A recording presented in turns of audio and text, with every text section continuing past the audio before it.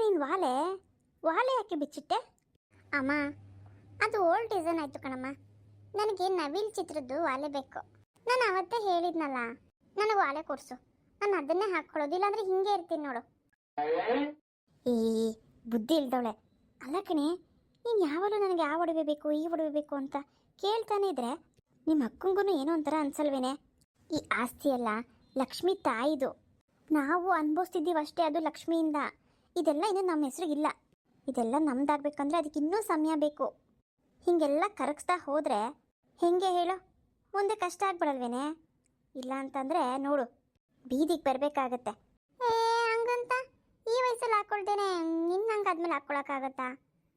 ನೋಡಮ್ಮ, ನನಗೆ ಬೇಕು ಅಂದರೆ ₹1 ದುಡ್ಡು ಬ್ಯಾಂಕಿಂದ ತೆಗಿಯೋಕ್ಕೂ ಲಕ್ಷ್ಮಿ ಸಿಗ್ನೇಚರ್ ಬೇಕು. ನೆನಪಿದ್ಯಾ? ಹೋಗಿ 1,00,000 ಚೆಕ್ ಬರ್ಕೊಳಮ್ಮ, 2,00,000 ಚೆಕ್ ಬರ್ಕೊಡಮ್ಮ ಅಂತ ಹೆಂಗೆ ಹೋಗಿ ಕೇಳಿ? ಯಾಕೆ ಅಂತ ಕೇಳಲ್ವ ಅವಳು? ಒಡವೆ ತೊಗೊಳಕ್ಕೆ ಅಂತ ಹೇಳಿದ್ರೆ ಏನು ಅನ್ಕೋತಾಳೆ ಅವಳು? ಸುಮ್ಮನೆ ಒಡವೆಗೆ ಇಟ್ಟರೆ ಅವಳ ದುಡ್ಡು ಕಣೆ ಇದು. ಅಮ್ಮ, ನೀನೇ ಹೇಳ್ತಿದ್ದಲ್ಲ ಇದೆಲ್ಲ ನಮಗೆ ಸೇರುತ್ತೆ ಮುಂದೆ ಅಂತ. ನೀ ಯಾಕೆ ಲಕ್ಷ್ಮಿಗೊಂದು ಮದುವೆ ಮಾಡಬಾರ್ದು? ಅವಳು ಹೋಗ್ತಾಳೆ ಅವಳು ಗಂಡನ ಮನೆಗೆ, ನಾವಿಲ್ಲಿ ಆರಾಮಾಗಿರ್ಬೋದಲ್ಲ. ಹೋಗ್ತಾಳೆ. ವಿಲ್ಲಲ್ಲಿ ಅವ್ರ ತಾಯಿ ಮಹಾತಾಯಿ ಏನು ಬರ್ದಿದ್ದಾಳೆ ಗೊತ್ತಾ? ಏನು ಬರ್ದಿದ್ದಾರೆ? ಇಡೀ ಆಸ್ತಿ ಲಕ್ಷ್ಮಿ ಮದುವೆ ಆದಮೇಲೆ ಅವಳ ಹೆಸರಿಗೆ ಸೇರುತ್ತೆ ಅನ್ನೋದಿದೆ. ಹೌದಾ?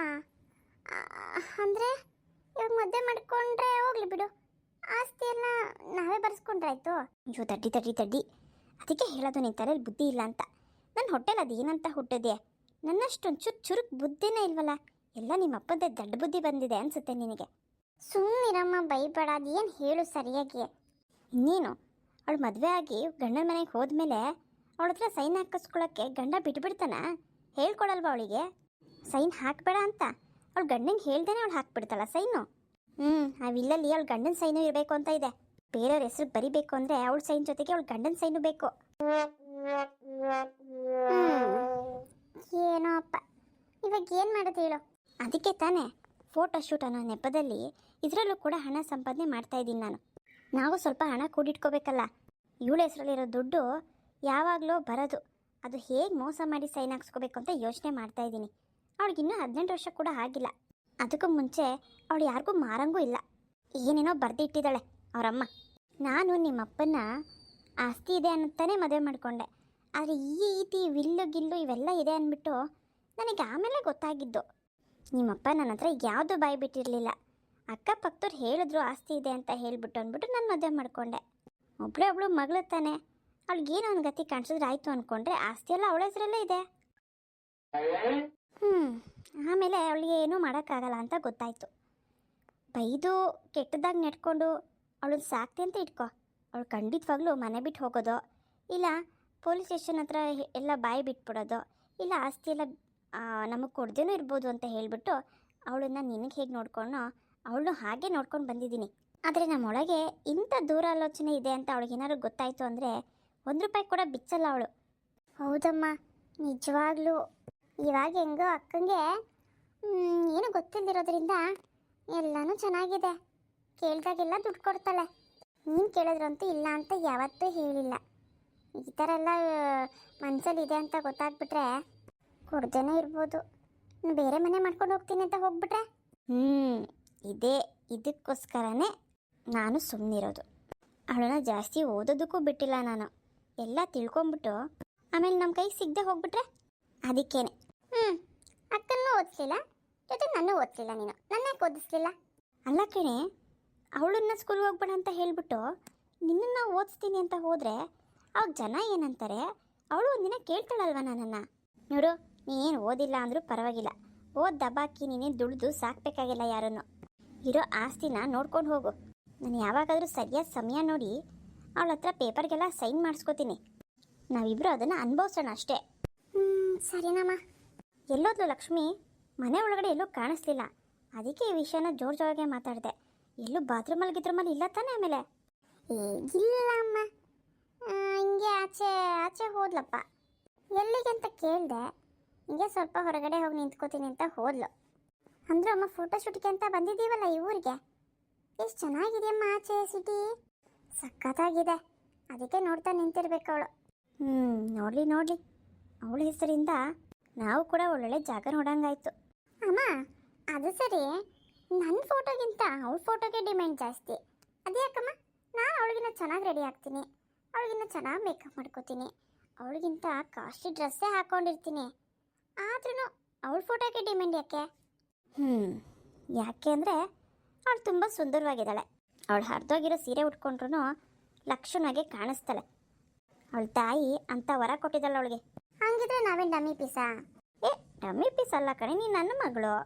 ನೀನು ನೋಡೋಕೆ ಚೆನ್ನಾಗೇ ಇದೆಯಾ. ಅವಳು ಒಂಚೂರು ತೆಳ್ಳಗೆ ಬೆಳ್ಳಗೆ ಒಂಚೂರು ಜಾಸ್ತಿ ಇದ್ದಾಳೆ ಅಷ್ಟೇ.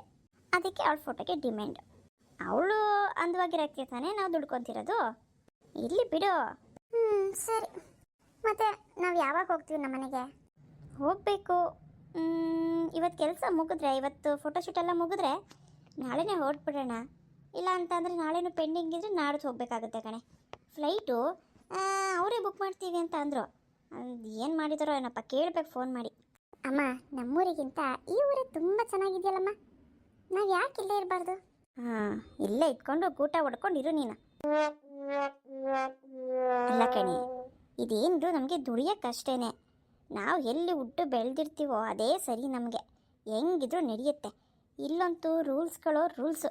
ಹಂಗಿರಬೇಕು, ಹಿಂಗಿರಬೇಕು, ಇಂಥ ಬಟ್ಟೆ ಹಾಕಬೇಕು, ಆಮೇಲೆ ಕಸನ ಅಲ್ಲಂದ್ರಲ್ಲೇ ಬಿಸಾಕಂಗಿಲ್ಲ, ಮನೆ ಮುಂದೆ ಬಟ್ಟೆ ಒಣಗಾಕಂಗಿಲ್ವಂತೆ. ಏನೇನೋಪ್ಪ. ಅದಕ್ಕೆ ನಮ್ಮೂರೇ ಸರಿ. ಬಟ್ಟೆ ಆಚೆನೂ ಒಣಗಾಕ್ಬೋದು, ಮೆಣಸಿನ್ಕಾಯಿ ಏನಾದರೂ ಮಸಾಲೆ ಐಟಮ್ ಎಲ್ಲ ಹೊರಗಡೆನೇ ಒಣಗಾಕಂಗೆ ಕೂತ್ಕೊಬೋದು. ಈ ತಿಂದಿರೋ ಹಣ್ಣಿನ ಸಿಪ್ಪೆಗಳನ್ನ ಎಲ್ಲಂದ್ರಲ್ಲೇ ಎಸಿಬೋದು. ಇಲ್ಲಿ ಹಾಗಲ್ಲಪ್ಪ, ನನ್ನ ಕೈಲಿ ಇರೋಕ್ಕಾಗಲ್ಲ ಇಲ್ಲಿ. ಹೋಗು, ನಿಮ್ಮ ಅಕ್ಕ ಏನು ಮಾಡ್ತಿದ್ದಾಳೆ ನೋಡೋಗು. ಹೋಗಮ್ಮ, ಆಚೆ ತುಂಬ ಚಳಿ ಆಗುತ್ತೆ. ನಾನು ಹೋಗಿ ಮಲ್ಕೊಳ್ಳುವಂತೆ ಮೊದಲು ಹೋಗಿ ನೋಡೆ.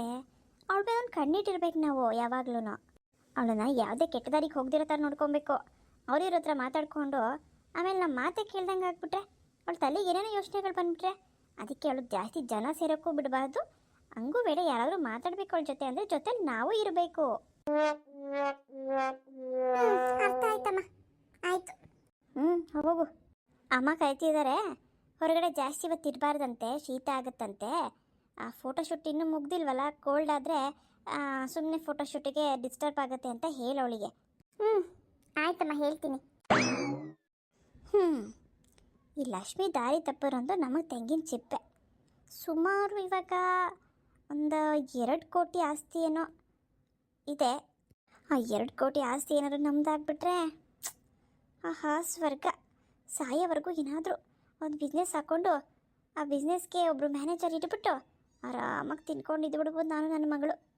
ಹೂವಿನ ಮಳೆ ನೀನು, ಕನಸಲ್ಲಿ ಮೋಹದ ಸೆಡೆ ನೀನು, ಮನಸ್ಸಲ್ಲಿ ಮಾಯದ ಕಲಿ ನೀನು, ಇದೆಯಲ್ಲಿ ಉಳಿದ ಈ ಕ್ಷಣ.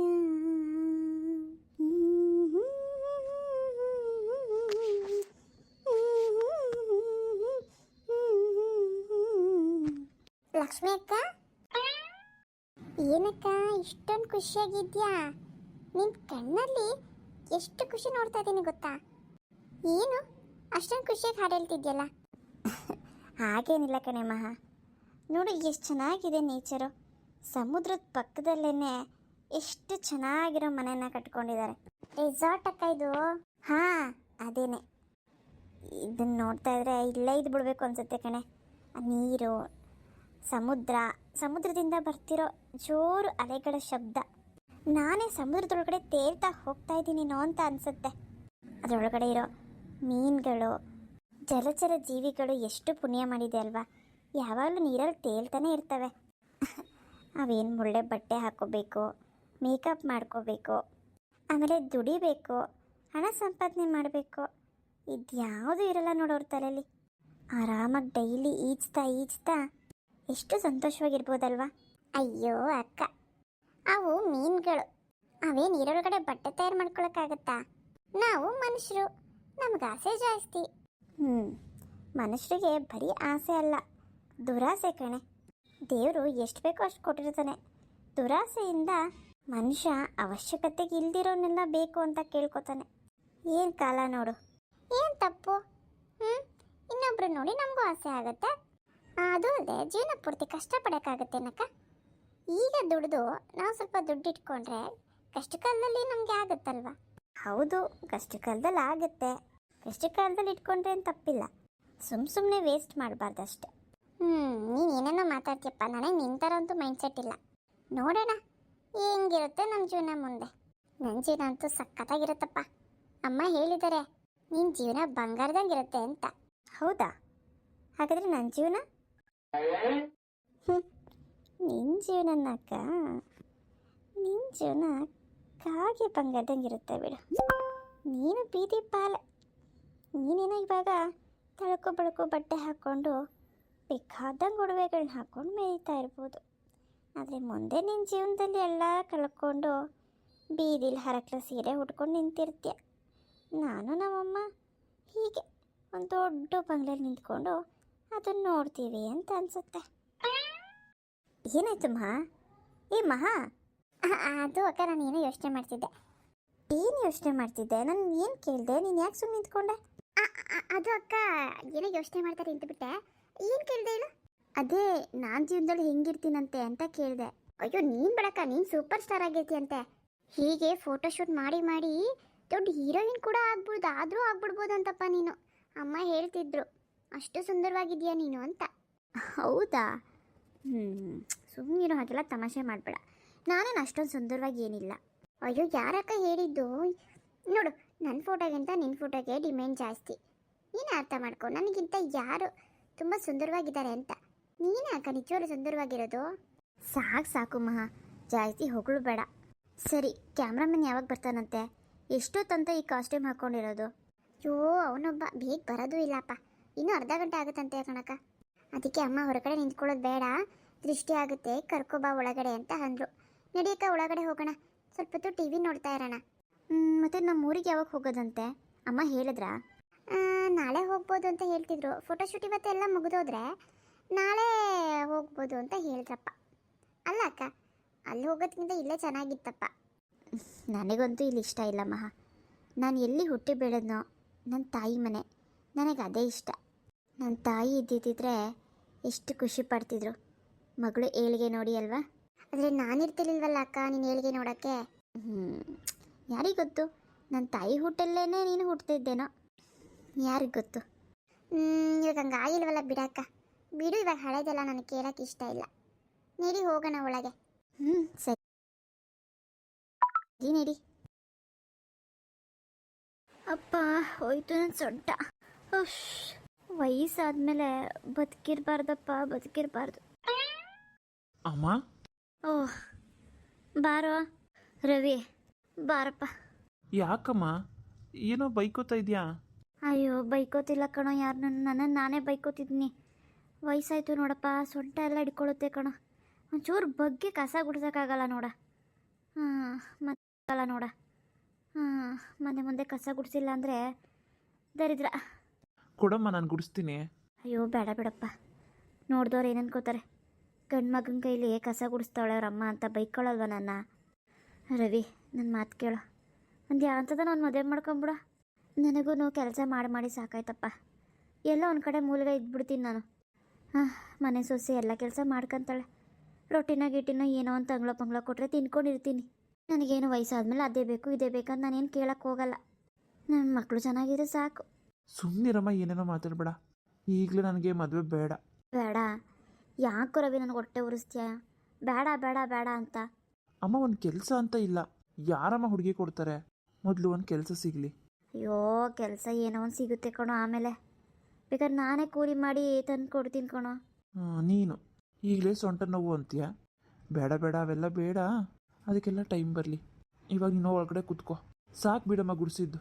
ಮಳೆ ಬರೋ ಹಾಗೆ ಆಗಿದೆ. ಮಳೆ ಬಂದ ಮೇಲೆ ಕಸ ಎಲ್ಲ ಅದೇ ಹೋಗುತ್ತೆ. ನೀನು ಹೇಳೋದು ನಿಜಾನೇ. ಅದೇನು ಬರ್ತದೋ ಇಲ್ವೋ ಮಳೆ. ಸರಿ ಬಿಡು, ನನಗೂ ಆಗ್ತಿಲ್ಲ. ಬಾ, ಅಡುಗೆ ಮಾಡಿದ್ದೀನಿ, ಊಟ ಮಾಡು.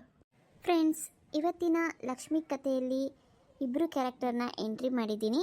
ಇವರು ಲಕ್ಷ್ಮಿಗೆ ಹೇಗೆ ಕನೆಕ್ಟ್ ಆಗ್ತಾರೆ ಅಂತ ಮುಂದೆ ನೋಡೋಣ. ಇವರು ಒಂದು ಹಳ್ಳಿಲಿರ್ತಾರೆ, ತಾಯಿ ಮಗ. ತಾಯಿ ಹೆಸರು ಜಯಕ್ಕ, ಮಗನ ಹೆಸರು ರವಿ. ಲಕ್ಷ್ಮಿ ಕತೆ ಜೊತೆಗೆ ಇವ್ರ ಕತೆ ಕೂಡ ಕಂಟಿನ್ಯೂ ಆಗ್ತಾ ಹೋಗುತ್ತೆ ಈ ಸ್ಟೋರಿನಲ್ಲಿ. ಇವತ್ತಿನ ಎಪಿಸೋಡ್ ಇಷ್ಟ ಆಗಿದೆ ಪ್ಲೀಸ್ ಸಬ್ಸ್ಕ್ರೈಬ್ ಮಾಡ್ಕೊಳ್ಳಿ, ಹಾಗೆ ಲೈಕ್ ಮಾಡಿ, ಹಾಗೆ ಶೇರ್ ಮಾಡೋದನ್ನು ಮರಿಬೇಡಿ. ಹಾಗೆ ಹೈಪ್ ಅಂತ ಇರುತ್ತೆ, ಹೈಪನ್ನು ಪ್ರೆಸ್ ಮಾಡಿ ಸ್ಟಾರ್ ರೀತಿಲಿ ಸಿಂಬಲ್ ಇರುತ್ತೆ. ನೀವು ಹೈಪ್ ಮಾಡೋದ್ರಿಂದ ನಮ್ಮ ವೀಡಿಯೋಸು ತುಂಬ ಜನಕ್ಕೆ ತಲುಪೋದಕ್ಕೆ ಹೆಲ್ಪ್ ಮಾಡುತ್ತೆ ಯೂಟ್ಯೂಬ್. ದಯವಿಟ್ಟು ಹೈಪ್ ಮಾಡಿ.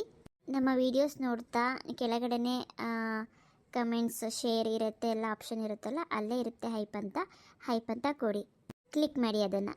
ಮತ್ತೆ ಮುಂದಿನ ವೀಡಿಯೋದಲ್ಲಿ ಸಿಗ್ತೀನಿ. ನಮ್ಮ ಸ್ಟೋರಿ ಕಂಟಿನ್ಯೂ ಆಗ್ತಾ ಹೋಗುತ್ತೆ, ಪ್ರತಿದಿನ ತಪ್ಪದೇ ನೋಡಿ ಅಂತ ಹೇಳ್ತಾ ಎಲ್ಲರಿಗೂ ಬಾಯ್.